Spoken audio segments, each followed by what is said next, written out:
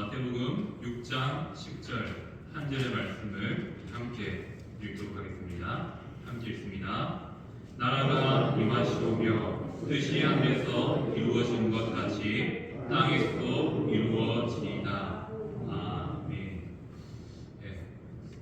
성도님들은 바라는 나라 아닙니까? 우리가 지금은 덜하지만 불과 한 20년, 30년 전만 해도 우리가 미국을 소망하면서 캐나다를 소망하면서 이민 가는 사람들이 좀 그렇게 많았죠. 또 다른 나라 국적을 얻으려고 노력하던 그러한 사람들도 주위에 많았던 걸로 기억합니다. 하지만 지금은 좀 다르죠. 지금 우리나라가 좀 살만해졌고 세계 가운데서도 좀 인정받는 부분들이 참 많기 때문에 이제는 이민이 필요한 부분도 있겠지만 이민보다는 어학연수를 가든지 잠시 그 나라에 가든지 그런 방법들로 이제 나라를 옮기고 바꾸는 일들은 물론 지금도 있지만 많지 않은 것 같습니다. 우리 안에는 늘 내가 바라는 꿈꾸는 나라가 있는 것 같습니다. 예전에는 이 대한민국에 제한 넣은 것도 많고 탈 수 없는 것도 많으니까 일부러 국적을 바꿔서 그 나라의 국적을 가지고 여러 가지 일들을 해보고자 했던 그런 바람들이 있죠. 그리고 우리가 또 무엇보다 바라는 나라가 있다면 낙원이 아닐까요? 유토피아라고 하는 낙원. 어떻게든 우리가 평안하고 잘 살 수 있는 것. 그래서 우리가 이상적으로 여기는 나라가 있다면 아마도 살기 좋은 나라. 살기 좋은 나라. 바로 이상적인 나라가 그런 나라일 겁니다. 자, 많은 사람들이 이 이상적인 나라를 꿈꿨습니다. 우리가 공산주의를 찬성하는 건 아니지만 공산주의도 모든 사람이 함께 공평하게 잘 사는 나라. 그래서 살기 좋은 나라를 꿈꾸면서 나온 이론이죠. 마찬가지로 자본주의도 마찬가지죠. 잘 살기 위해서 살기 좋은 나라를 꿈꾸면서 나온 그런 제도들입니다. 그리고 어느 때보다 지금은 과학 기술의 문명이 발전함을 통해서 그 어느 때보다 어떻게 보면 살기 좋은 나라를 살아가고 있는 것이 우리들이라고 생각해 봅니다. 이렇게 우리가 어떻게 보면 점점 낙원에 가까워지는 꿈꾸던 그 유토피아에 가까워지던 나라를 살고 있기 때문에 우리 안에 은연중에 사라지는 것이 있습니다. 볼까요? 하나님 나라에 대한 소망과 하나님 나라에 대한 마음들이 성도들에게 있어야 되는데 이 세상이 너무 편하니까 이 세상이 참 좋으니까 그 하나님 나라를 잠시 잊고 내가 바라는 나라가 하나님 나라가 아니라 이 땅의 좋은 나라, 이 땅에 내가 잘 살 수 있는 나라를 꿈꾸게 되는 그러한 모습을 보게 됩니다. 그러한 우리에게 오늘 주기도문의 말씀은 두 번째 강구로 나라가 임하시고 라는 이 표현을 통해서 우리가 정말로 구해야 될 기도 제목이 무엇인지를 알려주고 있습니다. 우리가 구해야 될 기도 제목은 바로 나라입니다. 나라는 성경의 중심 주제죠. 바로 하나님 나라, 다르게는 천국이라고 불리고요. 또 주의 나라라고 불리죠. 바로 나라가 임하시고 라는 이 기도의 제목의 의미는 우리 안에 잃어버린 하나님 나라를 회복하기 원하는 그런 간절함이 들어있는 기도 제목임을 알 수 있습니다. 왜 그렇습니까? 예수님이 이 땅에 오신 이유가 뭐죠? 바로 복음의 핵심은 예수님의 사역의 핵심은 바로 천국이 왔다는 것을 보여줌에 있습니다. 예수님 오심으로 하나님의 나라가 이 땅 가운데 임한 것을 보여주는 것이 예수님의 사역이었습니다. 그래서 예수님의 첫 사역의 메시지가 뭐였죠? 회개하라, 천국이 가까이 왔느니라 라고 말합니다. 바로 예수님을 통해서 하나님 나라가 우리가 생각 속에 있던 꿈속에 있던 그 나라가 실제로 이 땅 가운데 오게 되었다라는 선언이 바로 예수님의 메시지였고 오늘 주기도문도 나라가 임하시고 라는 말씀을 통해서 하나님 나라가 이 땅 가운데 임하는 것이 바로 하나님의 뜻, 예수 그리스도의 뜻이라는 것을 밝히고 있습니다. 우리에게 있는 오해 중에 하나가 뭡니까? 천국은 죽어서 가는 곳이라는 오해가 있습니다. 하나님 나라는 당연히 죽어서 우리가 육신의 생명을 다하면 가는 나라라고 생각합니다. 물론 틀린 건 아니죠. 하지만 예수님이 주기도문을 통해서 예수님의 가르침을 통해서 말하는 하나님 나라는 죽어서 가는 것이 아니라 살아서만 갈 수 있는 나라라고 말씀하고 있습니다. 누가복음 17장 21절 말씀을 보면 하나님의 나라는 어디 있다고요? 너희 안에 이미 있다라고 말씀하고 있습니다. 천국은 우리가 가는 것이 아니라 우리에게 오는 것입니다. 누구를 통해요? 예수 그리스도를 통해서 우리의 삶에 저 멀리 있던 천국이 이 땅 가운데 우리의 삶 가운데 임하게 된다는 것이죠. 그래서 나라가 임하시오라는 이 기도의 제목은 결국 우리가 이 땅에서 하나님 나라를 살게 도와달라는 그런 강구가 됩니다. 자, 그렇다면 한번 질문을 던져보겠습니다. 자, 천국으로 들어가는 문이 이 땅 가운데 활짝 열려 있습니다. 혹시 보이십니까? 천국으로 들어가는 문이 열려 있는 것이 보이십니까? 이렇게 하면 좀 많이 힘들죠. 나는 천국 문을 본 적이 없는데, 나는 천국을 본 적이 없는데 라고 생각할지 모르겠습니다. 그렇다면 요한복음 3장 5절 말씀을 한번 같이 읽어볼까요? 함께 읽겠습니다. 예수께서 대답하시되 진실로 진실로 내게 이르노니 사람이 물과 성령으로 나지 아니하면 하나님의 나라에 들어갈 수 없느니라. 아멘. 천국에 들어가는 문이 있다고 합니다. 뭘까요? 물과 성령으로 나는 것, 바로 거듭남을 말합니다. 예수 그리스도를 믿음으로 말미암아 성령으로 거듭나면 이 천국이 이 땅 가운데 임한 게 실제적으로 느껴지고 보여진다는 것이죠. 근데 우리가 살면서 혹여나 이렇게 사는 사람들이 있지 않을까 두렵습니다. 이 땅에서 천국문을 반드시 찾아야 됩니다. 예수 그리스도를 믿어 구원을 얻는다는 이 진리를 찾아야 된다는 것이죠. 결국 죽어서 그 문 찾지 못하면, 아니 살아서 그 문을 찾지 못하면 죽어서도 절대 그 천국문을 찾을 수가 없습니다. 그래서 우리의 인생은요, 지금 살아있는 이 자리에서 하나님 나라의 문을 찾아야 된다는 것이죠. 천국으로 들어가야 된다는 것이고 하나님의 나라로 들어가야 된다는 것입니다. 바로 그 하나님 나라로 들어가는 자격이 거듭남, 예수님을 믿고 우리의 삶에 성령으로 다시 태어남이 필요하다라고 말씀하고 있는 것이죠. 우리가 정말로 예수님을 믿고 우리의 삶에 변하고 거듭남을 입으면요, 우리 앞에 하나님 나라가 보여야 된다는 것입니다. 그리고 그 나라로 우리는 살아가야 된다는 것이죠.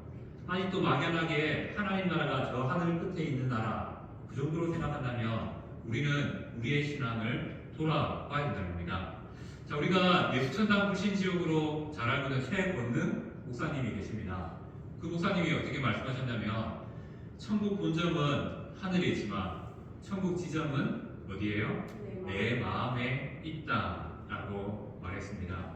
바로 우리가 말하는 하나님 나라, 천국은 우리의 생각 속에 막연하게 저 멀리 있는 나라가 아니라 이미 내 안에 펼쳐진 나라. 어떻게 해요? 나의 거듭남을 통해서 이미 임한 나라라는 것을 말씀하고 있습니다. 그리고 여기서 말하는 하나님 나라는 왕국이죠. 왕국이 뭡니까? 왕이 다스리는 나라를 의미합니다. 바로 예수님께서 왕이 되셔서 우리의 인생을 다스릴 때 그것이 바로 하나님 나라의 시작이 되며 하나님 나라가 된다는 것이죠. 예수님은 어떻게 우리의 인생에 우리의 삶에 하나님 나라를 임하게 하셨습니까? 어떻게 우리의 왕이 되셨습니까? 바로 십자가를 통해서 세상의 권세를 잡고 있던 사단을 무너뜨리고 친히 왕으로 자정해 주셨습니다. 그래서 우리는 그 예수님을 믿음으로 말미암아 예수님을 왕으로 모심으로 말미암아 하나님 나라를 이 땅 가운데 하나님의 통치를 받는 그 삶을 살아갈 수 있다는 것이죠. 바로 거듭나면요, 우리의 삶에 새로운 나라의 시작이 이루어진다는 것이죠. 그것이 바로 하나님 나라라는 것입니다. 바로 주기도문은 복음의 기초에서 하나님 나라가 이 땅 가운데 임하기를 기도하는 것입니다. 이 기도는 무엇을 의미합니까? 바로 만왕의 왕이신 예수님을 우리의 왕으로 인정하고 그 발 앞에 경배하는 것, 그의 다스림을 인정하며 그의 다스림 안에 살아가는 것, 이것이 바로 주기도문에서 고백하는 나라가 임하시라는, 이 땅 가운데 임하시길 바라는 그 바람이라는 것이죠. 예수님은 죽음과 부활을 통해서 우리의 삶의 왕으로 등극하셨습니다. 우리의 삶의 모든 악의 문제를 해결해 주시고 친히 왕으로 자정해 주셨다는 것이죠. 바로 복음은 이런 차원에서 예수님이 왕이시다는 것을 선포하는 것이 복음이라는 것이죠. 내가 예수 그리스도를 믿고 있다는 것은 바로 나의 인생을 다스리시는 분이 예수님이심을 고백하는 것과 같습니다. 그리고 우리가 유명한 칼바르트라는 신학자는 저기 나치아에서 유대인들이 600만 명 정도가 학살당했죠. 그러한 가운데 이런 말을 했습니다. 이러한 어려운 가운데서도 예수님은 십자가로 승리하셨다. 좀 맞지 않죠? 유대인의 생명들이 그렇게 옆에서 막 죽어나가는데 그 독일의 신학자인 칼바르트는 이렇게 말했습니다. 그래도 예수님이 십자가로 승리하셨다라고 말합니다. 다르게 말하면 하나님 나라가 그 가운데 있었다라고 말하는 겁니다. 자, 우리가 이러한 말들을 조금 들으면 좀 오해가 생길 수 있을 거라 생각됩니다. 많은 사람들이 죽어나는데 그게 하나님 나라라고? 많은 사람들이 저렇게 생명을 다하고 있는데 하나님 나라라고? 하나님 나라는 우리의 눈에 보이는 상황으로 판단되는 것이 아니라 우리 안에 거듭나는 믿음으로 예수 그리스도의 십자가의 구원의 능력으로 나타난다는 것이죠. 그래서 우리의 관점은 달라야 한다는 것입니다. 지옥 같은 현실에서도 하나님 나라가 임할 수 있습니다. 예수님이 다스리고 복음을 믿고 또 이 복음을 선포하는 것이 우리의 믿음이 되는 것이죠. 내 삶을 보고 너무 어렵고 힘들다고 해서 하나님 나라가 아니겠다. 나는 예수님 믿는 거 아닌 것 같다. 예수님이 나를 안 다스리는 것 같다라고 생각하지 말아야 되는 것이죠. 우리의 믿음은 그것을 초월해서 이미 하나님 나라가 내 삶의 임함을 통하여서 우리를 다스리고 계시고 우리를 천국을 살아가게 하셨다는 것을 우리는 기억하게 됩니다. 이것이 어떻게 보면 우리에게 필요한 믿음이라는 것이죠. 물론 좀 이렇게 말하면 좀 여러 가지의 오해가 생길 수 있습니다. 하지만 하나님께서 우리에게 원하시는 믿음이 이겁니다. 상황 보고 하나님 나라가 임했느니 안 임했느니 라고 말하는 것이 아니라 바로 예수 그리스도의 말씀을 믿고 하나님 나라가 이 땅에 임했다는 것을 믿고 살아가는 믿음을 원하신다는 것이죠. 이러한 하나님 나라는 오직 하나님의 능력으로 바로 우리 가운데 임하게 된다는 것입니다. 그래서 지옥과 같은 현실을 살아도 그 가운데 예수 그리스도께서 찾아오시면요 하나님 나라가 우리의 삶에 펼쳐지게 됩니다. 그리고 그 하나님 나라를 통하여서 지옥 같은 그 현실 속에서도 하나님이 주시는 그 나라의 평안과 그 나라의 기쁨을 우리는 구원이라는 이 놀라운 사건을 통해서 은혜를 통해서 경험하고 살아갈 수 있다는 것이죠. 왜요? 하나님 나라는 다스리는 분이 계십니다. 내가 아니라 바로 이 땅을 만드시고 통치하시는 예수님이 다스리신다는 것이죠. 그렇기 때문에 우리의 믿음은 하나님 나라가 우리의 삶에 임하게 만든다는 것이죠. 그리고 하나님 나라가 임하는 데 결정적인 역할을 하는 것이 바로 기도이기 때문에 주기도문은 나라가 임하시오라는 이 표현을 사용하고 있습니다. 이 기도 가운데 하늘의 권세가 성령 하나님이 우리에게 임함을 통하여서 그 하나님으로 통해서 우리 안에 하나님 나라가 펼쳐지게 된다는 것이죠. 바로 하나님은 성령 하나님을 통해서 우리와 함께 하십니다. 그것이 바로 하나님 나라입니다. 하나님이 나와 함께 하심으로 내가 가야 될 길을 알려주시고 내가 가야 될 삶을 알려주시기 때문이라는 것이죠. 자, 현재의 교회를 생각해보면 하나님 나라의 복음보다는 세상 나라에서 잘 삶을 외치는 소리를 많이 듣게 됩니다. 성도로서 세상을 살아가기 때문에 오히려 그 세상 가운데서 잘 사는 법을 가르치는 어떻게 보면 변질된 복음이 선포되고 있는 것이 현실의 모습이 아닌가 생각합니다. 그러면서 점점 하나님 나라는 사라지고 이 세상에서 잘 사는 방법, 이 세상에서 건강하는 방법, 이 세상에서 잘 되는 방법을 말하는 자리가 변질된 복음으로 우리의 삶에 나타나지 않는지 생각해 보아야 된다는 것이죠. 우리의 믿음으로 말미암아 거듭남으로 말미암아 우리 안에 이미 하나님 나라가 임했다는 것을 기억해야 됩니다. 그리고 그 하나님 나라를 확인할 수 있는 방법은 무엇일까요? 사람은 마음에 가득한 것이 말과 행동으로, 인격과 삶으로 드러날 수밖에 없습니다. 그래서 우리 안에 하나님 나라가 임하면요, 말과 행동이 변화될 수밖에 없습니다. 거듭남이죠. 인격과 삶이 달라질 수밖에 없습니다. 거듭남이죠. 바로 우리가 거듭남으로 다시 태어날 때 우리 안에 진정한 하나님 나라가 펼쳐진다는 것입니다. 그런 차원에서 회개는 자신이 왕노릇하다가 세상에서 실패하죠. 그러다가 사단의 왕노릇 앞에 무릎 꿇게 됩니다. 그러한 인생이 다시 하나님의 통치 안으로 돌아가는 것, 그것이 회개라는 겁니다. 다시 하나님의 다스림 안으로 들어가서 하나님이 인도하여 주시는 그 은혜를 입는 것, 그것이 바로 회개의 의미이고 다시 한 번 더 거듭남을 통해서 하나님 나라를 살아가는 방법이라는 것이죠. 자, 그래서 우리가 이렇게 말할 수 있습니다. 통치받는 자가 통치할 수 있다는 것이죠.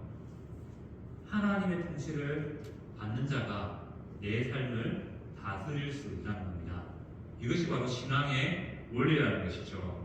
자신의 삶을 다스릴 수 있는 비결은 결국 하나님께 다스림을 받을 때 가능하다는 것입니다. 우리가 어떻게 하나님의 다스림을 받을 수 있겠습니까? 한 구절 묵상 훈련을 하는 이유가 여기 있습니다. 우리가 하나님의 다스림 안에 있는 방법은 말씀을 묵상하고 읽고 그 말씀대로 살려고 노력하는 그 삶 속에서 바로 하나님의 통치가 나타나고요. 그 다스림 속에는 주일 말씀처럼 평안함이 임한다라고 말씀하고 있습니다. 그리고 하나님이 친히 지키시고 보호하심으로 우리와 함께 하신다라고 말씀하고 있습니다. 바로 통치받는 자, 하나님의 말씀을 가지고 살아가는 자가 자신의 삶을 다스릴 수 있다라는 것이죠. 그 중심에는 하나님의 말씀을 새겨듣고 살아가는 자가 결국 자신의 삶을 하나님 나라로 다스려 나갈 수 있다는 것입니다. 그렇다면 이제 우리가 하나님 나라가 이 땅 가운데 임했는데 우리가 해야 될 일은 무엇이겠습니까? 바로 예수님이 우리의 왕이시다는 이 복음을 이 땅 가운데 전하는 삶을 살아야 된다는 것이죠. 하나님 나라가 우리 가운데 임하게 되면요, 말하지 않아도 말할 수밖에 없는 것이 하나님의 통치라는 것이죠. 바로 우리는 그렇기 때문에 이러한 간절함이 있었으면 좋겠습니다. 우리의 삶 가운데 하나님 나라가 임하기를 간절히 소망했으면 좋겠습니다.